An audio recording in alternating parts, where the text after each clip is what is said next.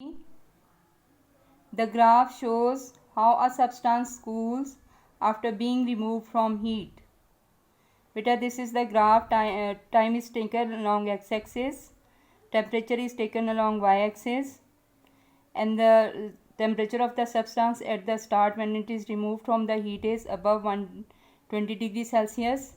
When the temperature of the substance is higher than its surrounding, then it is radiating more heat than it is absorbing. As a result, the temperature goes on decreasing until it becomes equal to the surrounding. At this stage, the amount of heat given out by the substance is equal to the amount of heat absorbing by the substance. Now we have to answer the questions. Number 1, use the graph to answer the following questions. A, where is the maximum heat loss? A, B, C or D. These are different points over this graph.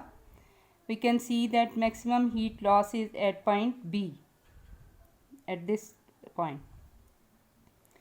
B, where is the minimum heat lost? A, B, C or D.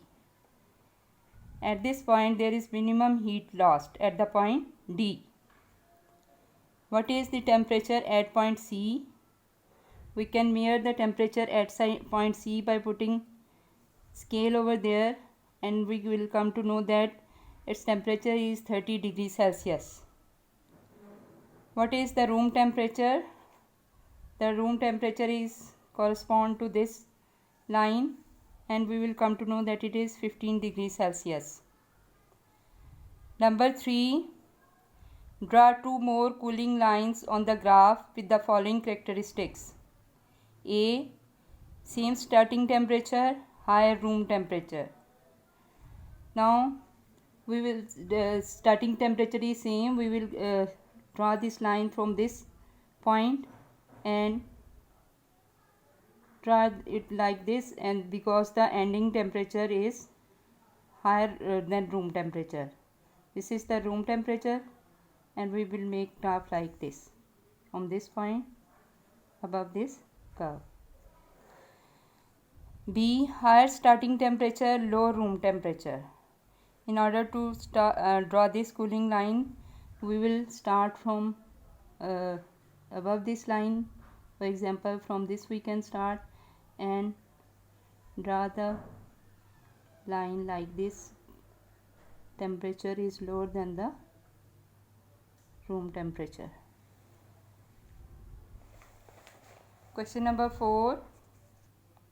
Question number 4. Which description matches the word? Draw a line between the word and its description. One has been done for you. Melting. When a solid is warm, the particles move faster until some break free and become part of the liquid. Next is evaporation. We will match this word with this description. When heat is applied to a liquid, the particles move faster still. At the surface, faster particles break free to form a gas above it. Then condensing. When heat is removed from a gas, its temperature falls. The particles slow down and move closer together. Eventually, they become close enough to form a liquid. Freezing. We will match this word with this description.